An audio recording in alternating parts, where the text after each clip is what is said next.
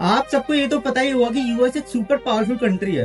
पर ये क्या इतना पावरफुल सिर्फ इसकी मिलिट्री फोर्सेस की वजह से है?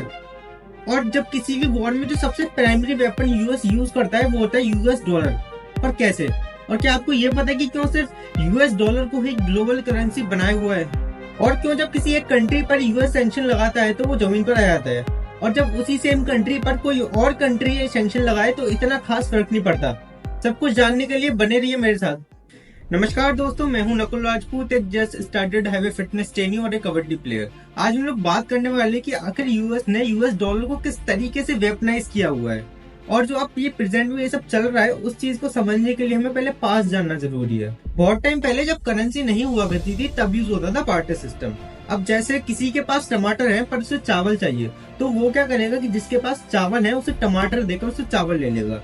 पर ये चीजें जो होती है बड़े अमाउंट और लॉन्ग टर्म के लिए ज्यादा ठीक नहीं थी, क्योंकि ये चीजें एक टाइम के बाद खराब हो जाती थी। तो लोगों ने बार्टर सिस्टम की जगह पर वैल्यूएबल मेटल्स का यूज करना स्टार्ट किया ट्रेड के लिए, जैसे कि कॉपर, सिल्वर, गोल्ड।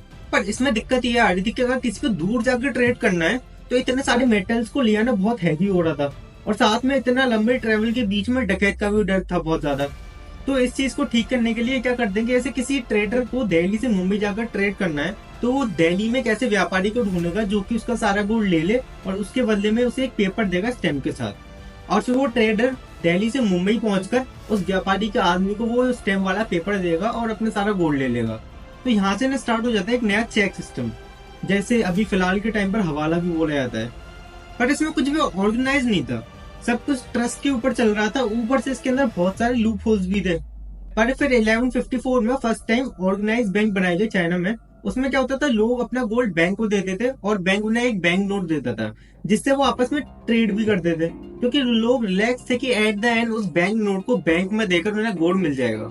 फिर 1300 में यूरोप से मार्को पोलो चाइना में आते हैं और वो ये पेपर करेंसी वाले सिस्टम देखकर इम्प्रेस हो जाते हैं, और वो यूरोप में वापस जाकर ये सिस्टम अपने कंट्री में भी अप्लाई कर देते हैं और अपनी करेंसी को नाम देते हैं पाउंड स्टर्लिंग। और इसी तरीके से हर कंट्री अपनी अपनी करेंसी बनाती है और उसी के अंदर ट्रेड करने लगती है। जैसे चाइना वाले यूरोप को अपना युआन देकर उनसे सामान ले लेते थे, इसी तरीके से यूरोप अपना पाउंड स्टर्लिंग देकर चाइना से सामान ले लेता था। किसी कंट्री को कोई प्रॉब्लम ही नहीं थी, क्योंकि जिस पेपर करेंसी में लोग ट्रेड कर रहे थे एट द एंड उसके बदले गोल्ड मिल ही जाता। बेसिकली ये सारा जो ट्रेड हो रहा था गोल्ड में ही हो रहा था, बस एक पीस ऑफ पेपर उसे रिफ्लेक्ट कर रहा था। पर कोई भी कंट्री सिर्फ उतनी ही करेंसी प्रिंट कर सकती थी जितना उसके पास गोल्ड है, जिसे गोल्ड स्टैंडर्ड बोला गया। अब जो कंट्री जितने ज्यादा गुड्स एंड रिसोर्सेज प्रोड्यूस करेगी उसके पास उतनी ज्यादा करेंसी आएगी, मतलब कि गोल्ड आएगा उस कंट्री के पास इतना ज्यादा। 19th सेंचुरी की स्टार्टिंग तक यूके जो बहुत सारे गुड्स एंड रिसोर्सेज प्रोड्यूस कर रहा था और बेच रहा था, जिस वजह से उसके पास बहुत सारी करेंसी इकट्ठी हो जाती है, यानी कि गोल्ड इकट्ठा हो जाता है, जिस वजह से यूके की पाउंड स्टर्लिंग बाकी कंट्रीज के कंपैरिजन में ज्यादा बड़ी बनने लगती है। और जिस तरीके से आज की डेट में यूएस डॉलर चल रहा है उस टाइम पर पाउंड स्टर्लिंग चलने लगता है। पूरे वर्ल्ड का जो 60% ट्रेड है वो सिर्फ पाउंड स्टर्लिंग में होने लगता है। पर 1930 में हालात बदल जाते हैं और पिक्चर में आने लगता है यूएस डॉलर। ये वो टाइम था जब वर्ल्ड वॉर के दौरान यूके की हालत बहुत ज्यादा खराब होने लगती है। लड़ाई और हथियार के चक्कर में बहुत ज्यादा कर्जे में आ जाता है, और जो यूके का जो गोल्ड रिजर्व होता है वो भी खत्म होने लग जाता है। और जहाँ ये पहले सारी कंट्रीज को रिसोर्सेज सप्लाई करता था, यहाँ ये उल्टा उनसे रिसोर्सेज ले रहा था। इस फर्स्ट वर्ल्ड वॉर के दौरान यूएस जो है शुरू में तो न्यूट्रल रहता था, जो कंट्रीज लड़ रही थी सिर्फ उनको हथियार वगैरह सप्लाई करता था और अपने गोल्ड रिजर्व को बढ़ा रहा था। और जब यूएस वॉर में घुसता तो वो फूड, ग्रेन और वेपन्स की सप्लाई बहुत ज्यादा बढ़ा देता, जिस वजह से उसके गोल्ड रिजर्व जो है बढ़ने लगे, और उसके साथ साथ उसने खुद को वर्ल्ड की इकोनॉमी में भी स्टेब्लिश कर लिया। ये तो सिर्फ शुरुआत थी, आने वाला टाइम यूएस के लिए और भी ज्यादा बढ़िया था। अब आता है वर्ल्ड वॉर 2 और इस टाइम पर यूएस और भी ज्यादा गुड्स एंड रिसोर्सेज सप्लाई करता है, जिस वजह से उसके पास पूरे वर्ल्ड का 70% गोल्ड स्टोर हो जाता है। पर इस वर्ल्ड वॉर 2 के बाद यूरोपियन कंट्रीज और जापान की हालत बहुत ज्यादा खराब हो जाती है। ना उनके पास गोल्ड रिजर्व बचते हैं और ना उनके पास करेंसी बचती है। उन्हें फ्यूल, ग्रेन और फूड की बहुत ज्यादा जरूरत थी, और वो बाकी कंट्रीज से इम्पोर्ट करने की कोशिश भी कर रहे थे। पूरे दुनिया की फाइनेंशियल सिस्टम पूरी तरीके से कोलैप्स कर चुकी थी। अब यूएस को डर था कि ये लोग फिर से बार्टर सिस्टम स्टार्ट न कर दें, क्योंकि उससे जो यूएस के पास जो एडवांटेज था और जो यूएस डॉलर लीड में चल रहा था वो खत्म हो जाएगा। इस कंडीशन को संभालने के लिए यूएस में 44 कंट्रीज के रिप्रेजेंटेटिव्स की मीटिंग होती है। यूएस क्या बोलता है कि आप सब लोग एक काम करो कि अब से आपकी जितनी भी डील्स और ट्रेड्स हैं वो सब आप अपनी करेंसी में न करके यूएस डॉलर में करें, और हम प्रॉमिस करते हैं कि हम $1 के बदले में 28.3 ग्राम गोल्ड देंगे। और कोई भी कभी भी यूएस डॉलर को गोल्ड में कन्वर्ट करा सकता है, क्योंकि हमारे पास इनफ गोल्ड है। क्योंकि उस टाइम पर जो यूएस के पास पूरा 70% गोल्ड था वर्ल्ड का। मतलब कि जो कंट्रीज पहले खुद को गोल्ड से बैक करते थे, वो अब खुद को यूएस डॉलर से बैक करें, और जो यूएस डॉलर है वो गोल्ड से बैक हो जाएगा। इस मीटिंग में यूएस बाकी कंट्रीज के साथ मिलकर वर्ल्ड बैंक का फॉर्मेशन करता है, पर इसमें यूएस बोलता है कि जो भी लोन मिलेगा वो यूएस डॉलर में मिलेगा और वापस भी यूएस डॉलर में करना होगा। ये जो अब भी चलता आ रहा है। यूएस ने शॉर्ट टर्म नहीं सोचा, उसने लॉन्ग टर्म सोचा। उसे पता था कि इन सारे कंट्रीज को लोन की नीड है, तो ये तो लोन लेंगे ही। और यूएस पूरे वर्ल्ड के फाइनेंशियल सिस्टम में सिर्फ यूएस डॉलर को फ्लोट करना चाहता था, जिसके बहुत सारे फायदे थे जो कि आगे जानेंगे।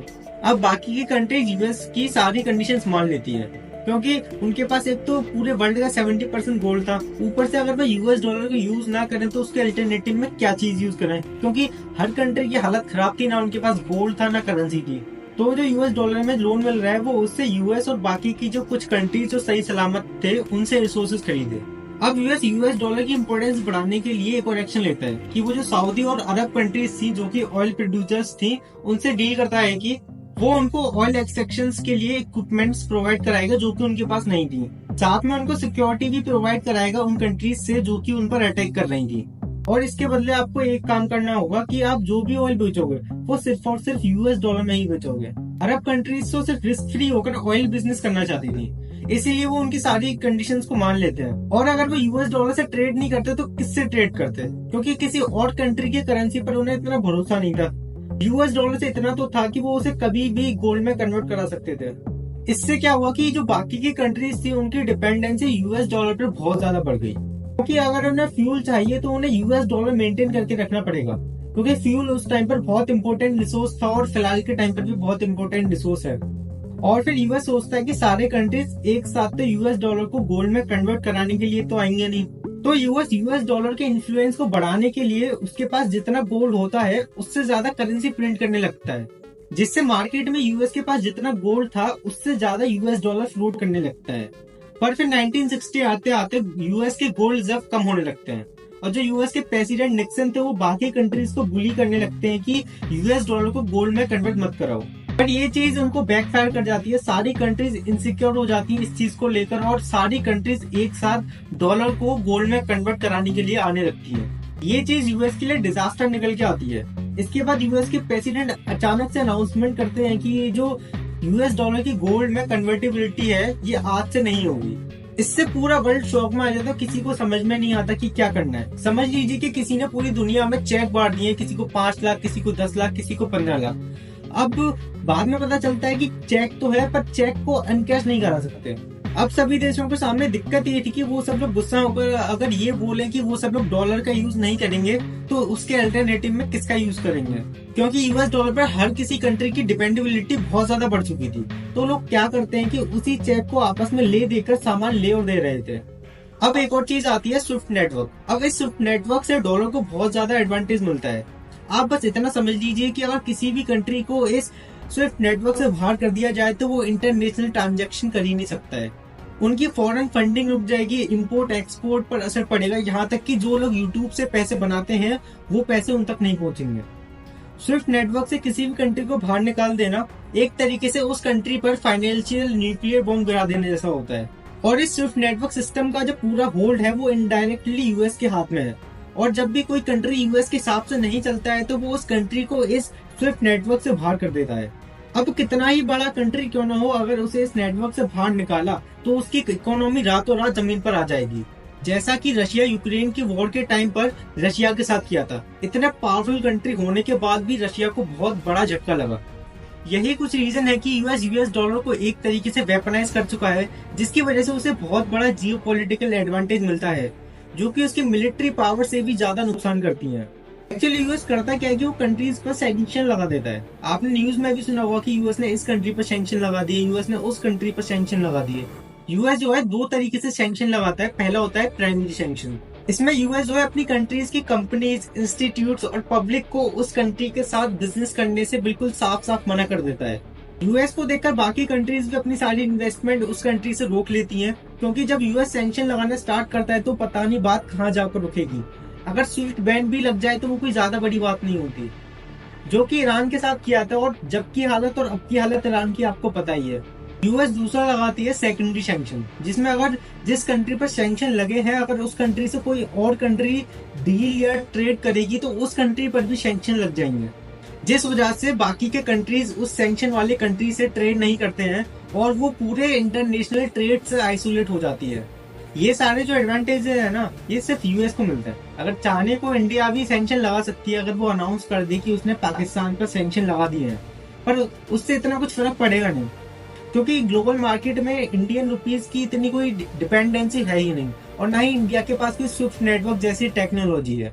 तो कहने का मतलब ये है कि यूएस की मिलिट्री पावर से जो ज्यादा दिक्कत है वो उसकी इकोनॉमिक पावर देती है, और जब कोई भी इसकी इकोनॉमिक पावर को वीक करने की कोशिश करता है तो निकल के आती है इसकी मिलिट्री पावर।